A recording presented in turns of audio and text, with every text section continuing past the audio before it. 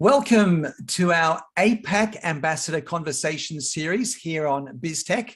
I'm Jason Dacey, and I'm delighted to say that my special guest today is Her Excellency, Kara Owen. She is the UK High Commissioner to Singapore. Welcome to the show, Kara. Thanks very much for having me, Jason. Tell me about your diplomatic journey to Singapore. How did you get there? I've actually got a bit of a love for this part of the world, starting with when my parents lived in the Philippines in the early 90s, and that was my first exposure to any non-European country. And then I've had postings in Hong Kong and Hanoi. I then had a posting in Paris, but nothing, it's like I'm on a bit of elastic. Nothing can keep me away from this region because I think it's one of the most dynamic and exciting regions in the world. And so I've come back here in a dream country job as High Commissioner in Singapore. Oh, how wonderful. I mean, I lived in Singapore for many years, also Malaysia and the UK, so I can totally relate to why you like that part of the world so much. Can you tell us what the current state of diplomatic relations is between the UK and Singapore? Well, really good. We're really long-standing partners. As you know, we have a sort of entwined history, but what's really exciting and what gets me up in the morning is the fact that it's a really future-focused relationship. It's deeply trusted relationship. So there are some things that we can do with the government of Singapore that might be more difficult with some other partners. And it's focused on the kind of issues that are going to secure our prosperity and security in the future, both countries. And what about recent changes in the UK with foreign policy? How does that affect the dynamic relationship with Singapore? Well, the UK government sees really clearly the opportunities that we have in this region to build on the brilliant partnerships that we've already got, but to deepen them even further. You will see that there have been a bunch of changes in terms of our representation in this region and in terms of some of our partnerships. So, for example, in December 2019, for the first time ever, we opened a specific embassy that is pointing towards Asean as an organisation. It being covered by our ambassador to Jakarta until then. But that has allowed us to transition into our own dialogue partner status with ASEAN. Sounds a bit boring, dialogue partner with ASEAN. Nobody knows, apart from a diplomat, what it is. But what it really is, it's totemic of the kind of deeper partnership and commitment we're making to this region. And it gives us a framework in which to make sure that we are constantly evolving the partnership in a way that makes sense for both parties. And how do you see ASEAN at the moment? And you say the specific role that the UK has, given how the allegiances have changed across the region? Well, look, we've got a really broad partnership with ASEAN. We are talking to them about really exciting future issues like how do you get the most out of digital economy, for example? What does digital connectivity look like? What can we do together in the future of trade? How can we partner with this region on decarbonisation? That's something we're thinking about domestically. We've got really ambitious plans in that area. But this part of the world also has already made big commitments in how it's going to decarbonise its economies. And we think we can partner with them, not only with financing, but also with the kind of tech that we're developing and green finance in the UK. Yeah, talk more about the tech side of things, with the digitalization of Asia, particularly in Singapore. How do you see that? Well, it's a fantastic place to be working in the tech sector. The UK tech sector is really, really strong. We've created 80 tech unicorns over the years in the UK, and Singapore is a really stimulating place to be doing tech. It's an easy-ish place for companies to land if they want to export here. And lots of our companies come to Singapore, not only for what Singapore represents and how open the economy is here, but also many of our 5,000 UK companies who have regional headquarters in Singapore are doing so because they're interested in springboarding into the broader Southeast Asia region. And how's the UK's perspective on Singapore and ASEAN changed given what's happened, with Brexit and everything else and your relationship with Europe and the UK? So I think our perspective towards this part of the world predated Brexit in a sense. But what's interesting is, I think, the whole conversations that we've had around what kind of country we want to be and where we think the opportunities are for UK companies. Of course, there's massive opportunities for UK companies in Europe. But I think really thinking internationally and thinking about the kind of possibilities, us forging new free trade agreements as we have done. We've got one with Singapore, we've got one with Vietnam, we've also got brand new ones with Australia and New Zealand. And all of that kind of discussion around the benefits of our independent trade policy are helping UK companies think even more broadly beyond our own geography to how we can operate in this part of the world. I'm glad that you mentioned Australia and that free trade agreement between the UK and Australia, which is big news where I'm speaking from here in Australia. But you know, the way that the UK is looking to set up these free trade agreements is very exciting. Yes, yeah, I think so. And you can see that sense of optimism. So we've got a really fantastic British Chamber of Commerce here in Singapore. And when you say to them, how is the community looking at it? We've been through some tough times through COVID, supply chains have been disrupted, but in one of their recent surveys, 84% of companies that they were polling, UK companies who are based in Singapore, were really optimistic about their plans for expansion and for hiring even more to help them expand in this region. What about the defence side of things? Of course, the UK has that long history with Singapore. What's the defence agreement in place at the moment between Singapore and the UK? Yeah, well, I guess there are sort of two building blocks for what we do together. Number one is a defence arrangement that is as old as I am. It was signed in 1971, involving Australia, New Zealand and ourselves, but also Malaysia and Singapore. And it's a really sort of unique arrangement that commits us to a very modern and relevant defence relationship between those five nations. We exercise together, we talk about how militaries are developing and how we can keep that arrangement relevant. But we've also got a really good and forward-looking modern defence relationship with Singapore, where not only are we doing things like exercises, we were really excited to have HMS Queen Elizabeth, one of our aircraft carriers, come through this region last year. And they made a stop here in Singapore, which was fantastic. But it also allowed other vessels within the carrier group to go off and exercise with 8 out of 10 of the Asean nations. And that is a really sort of precious defence opportunity we have had there. But in our relationship with Singapore, we talk about all kinds of issues. We talk about the role that tech is going to play. We talk about how do you decarbonise the military. We talk about CT. We talk about things like the roles communications play within the defence realm. So it feels like exciting, forward-looking, really close and comfortable, precious relationship. Well, of course, we do have a very distressing war going on in Ukraine with Russia's invasion, which began in February. How much do you think that changes the geopolitical atmosphere across ASEAN, specifically in Singapore?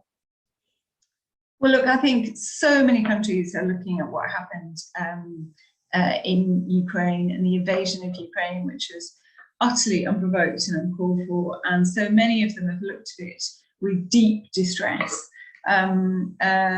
We have taken a range of actions. We always said in our integrated review, we said that the Euro-Atlantic region is going to continue to be the region that is at the heart of how we think about our defence. So for us, this is clearly, it's happening in our continent, it's happening in our neighbourhood. And the UK government has been taking its responsibilities very seriously in terms of supporting Ukraine, but also in making sure that it's just not okay. It's really clear that it's just not okay to invade a country in the way that Russia has invaded Ukraine. And so we have been looking at everything we can do to both support Ukraine, but also to make sure that there are costs for taking that kind of action. Because as our Prime Minister has said, Putin must fail in this endeavour. Yeah, and looking at Singapore too, Singapore's stance is a bit different to the rest of ASEAN when it comes to its attitude towards Russia. What's your view on that? Singapore has looked at the situation and made a decision that it's imposed sanctions against some Russian entities. It was very clear in what it said, why it said it had done that, including how it sees the invasion of Ukraine in terms of international law. And I think the Singapore Prime Minister and the Singapore Foreign Minister have explained in real detail why they took that step.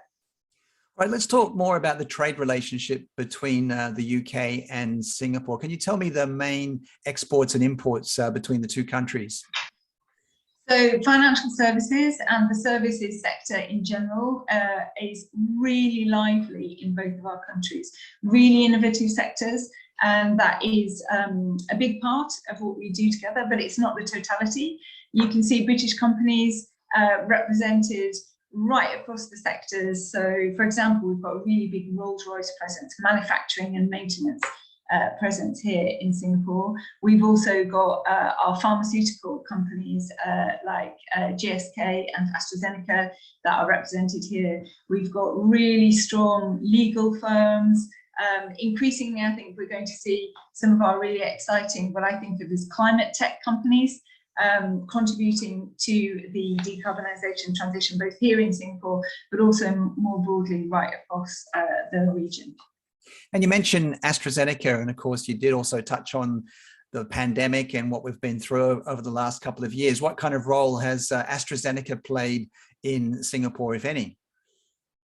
So AstraZeneca has got a really important presence here, and I think AstraZeneca has a brilliant conversation with Singapore government, with other bits of the Singapore art ecosystem here. It's a really important, life sciences and pharma is going to be a really important part of the sector here. So I'm really pleased they're here. I think Singapore government, the AstraZeneca vaccine has been an important way that many countries have been able to protect their populations, help see them through the challenges of COVID and come out the other side and look forward to recovery. And I'm really proud of that.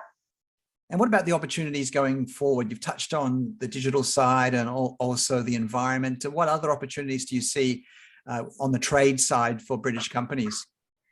So I think the UK-Singapore Digital Economy Agreement is genuinely exciting and groundbreaking. It's the first time that the UK has negotiated a standalone digital economy agreement, and it's the first time that Singapore has had any agreement like that with any European country. And I think that puts us ahead as a kind of digital highway to enable.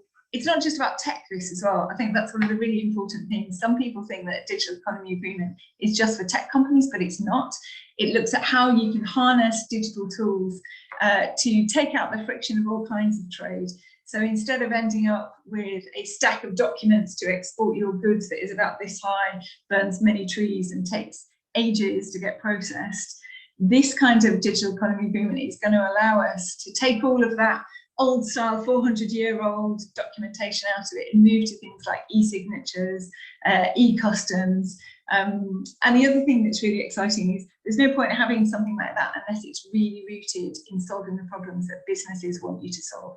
So we have a great sort of coalition of supporting companies, fintech companies, for example, other types of exporters, traders, who keep us right and help make us see what are the future problems that we need to crunch through to make sure that as many UK companies can establish here for export and Singapore companies going in the other direction. What about the UK population in Singapore? I remember when I moved to Singapore from the US about 20 years ago, there were a lot of Brits at that time, but I've heard that some expats, you know, with the pandemic and everything else have moved on. What's the population of British expats like in the UK compared to years past, in Singapore compared to years past? Yeah, so we're still one of the biggest communities, and you can find Brits popping up all over the place. In media, we've got some of our top scientists are working inside Singapore universities. So we've got, the last figures that you saw were around 40,000. They don't get published very often. So I think we're still a really big community. I think some people, lots of people who've been here for a little while, went through COVID, looked at what am I going to do with the next phase of my life, and then might have made a decision to move. But I think there are lots of others that either remain here or will look to work here in the future. We've got over 5,000 UK companies that have a presence here, and that has grown remarkably in the last 2 years. During the pandemic, we've seen growth in that number. I think that just shows that the UK private sector absolutely has the opportunities in this part of the world right at the front of their mind, and they're seeing things like the Digital Economy Agreement, the Free Trade Agreement, our ambition to join CPTPP, of which Singapore is a founder member, and they can see the direction of travel, how important this part of the world is going to be to future economic growth, and they're really keen to come here. And of course, the education side of things, there are international schools with the UK background there, and also, Singapore students, heading to the UK to study. What's the latest on that agreement and relationship on the education side of things? So education in both directions actually is a really important part, not only of the sort of human fibres of the Singapore-UK partnership, but it's also a really important part of our future. I think if you are going to have working in this part of the world in your mind, then having some early experience, early formative experience, for example, studying for a period in Singapore, that would be great. So we really try and encourage that as much as possible, including using our own scholarship scheme, the Turing scholarships, to encourage students coming in this direction. But there's about 7,000 Singapore students that are studying in the UK in any given year. About 27,000 Singaporeans are studying in a kind of transnational way for UK qualifications, even while based here, so they still have exposure to the UK education experience. And here's a sort of micro stat, which is really amazing.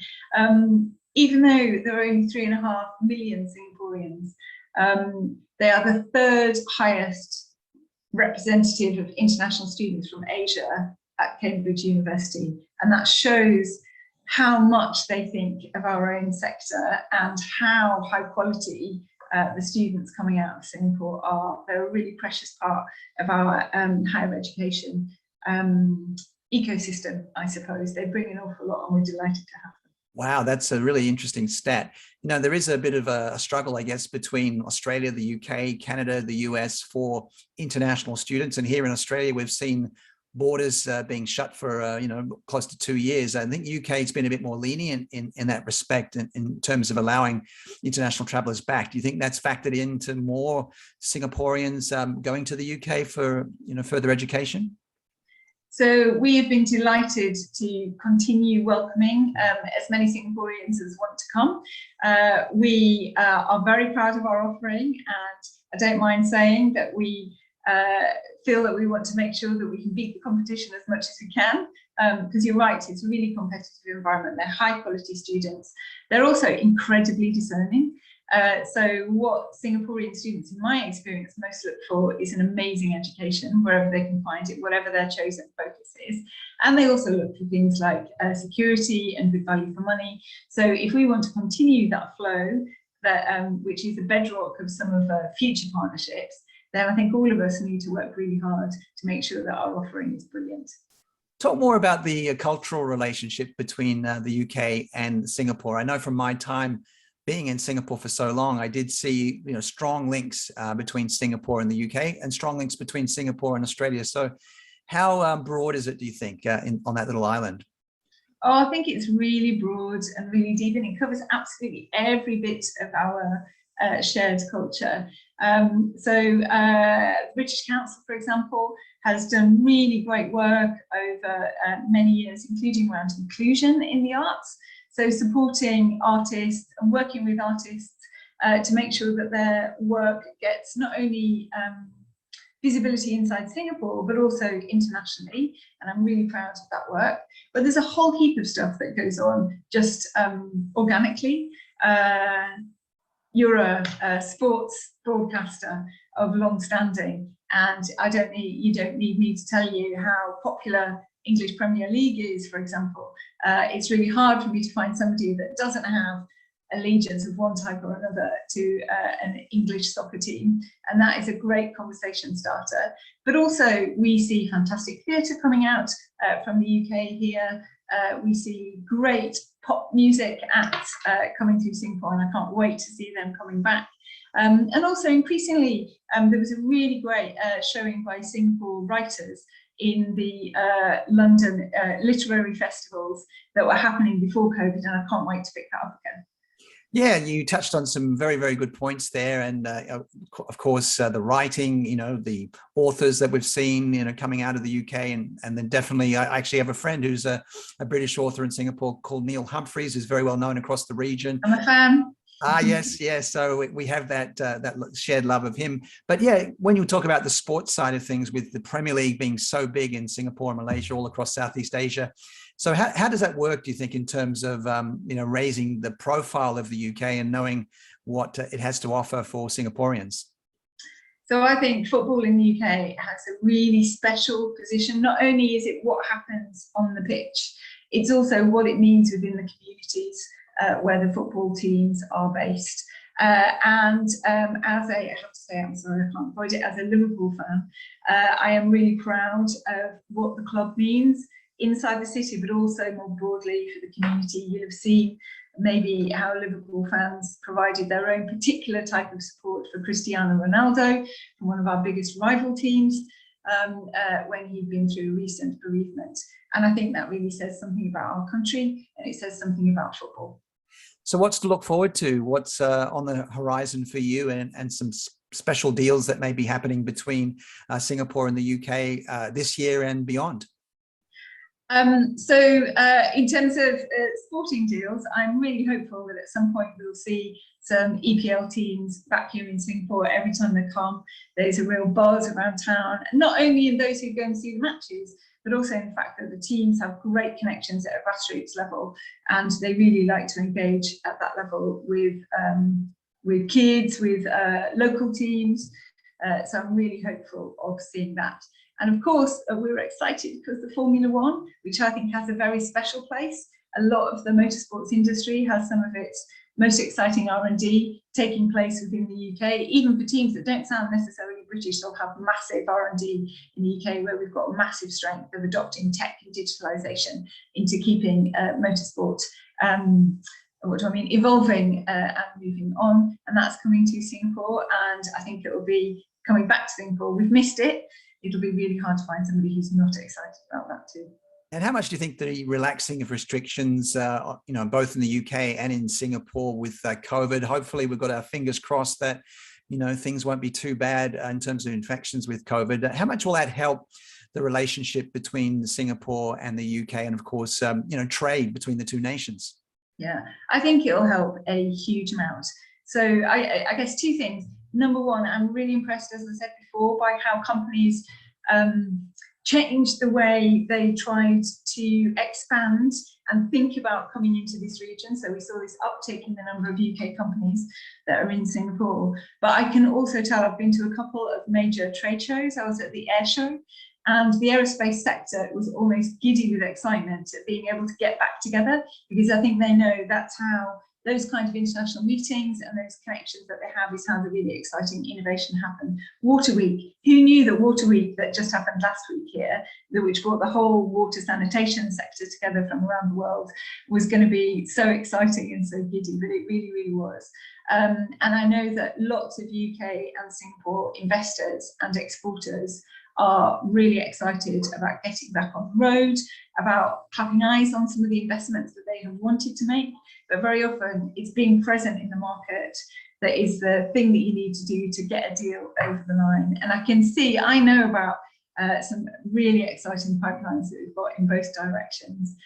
Singapore investors are very, very interested in the opportunities for investment in our energy sector and in sustainability plan within the UK. We're super ambitious around that in terms of hydrogen, new nuclear, wind power, carbon capture and storage. And we've got Singapore companies that are already invested in those sectors and that are interested in doing that, not only because they think it's a great thing to do, but also because they know that kind of involvement is going to enable them to bring some of the tech back into this part of the world where it could really have a fantastic home in decarbonisation over in Southeast Asia. Well, it sounds like there's plenty going on. Let's hope that 2022 brings more prosperity for Singapore and for the UK. Thank you very much to Her Excellency Cara Owen. She is the UK High Commissioner in Singapore. Thanks very much, Cara. Hope to see you again soon, and all the best for your endeavours for the rest of this year. It's been a real pleasure. Thank you so much for having me. Hope to see you again soon, Jason. This has been our APAC Ambassador Series here on BizTech, the conversation series. If you want to get more, you can go to our website at www.biztech.asia. You can also find out more on our social channels. For now, I'm Jason Dacey saying goodbye, and we'll see you again soon.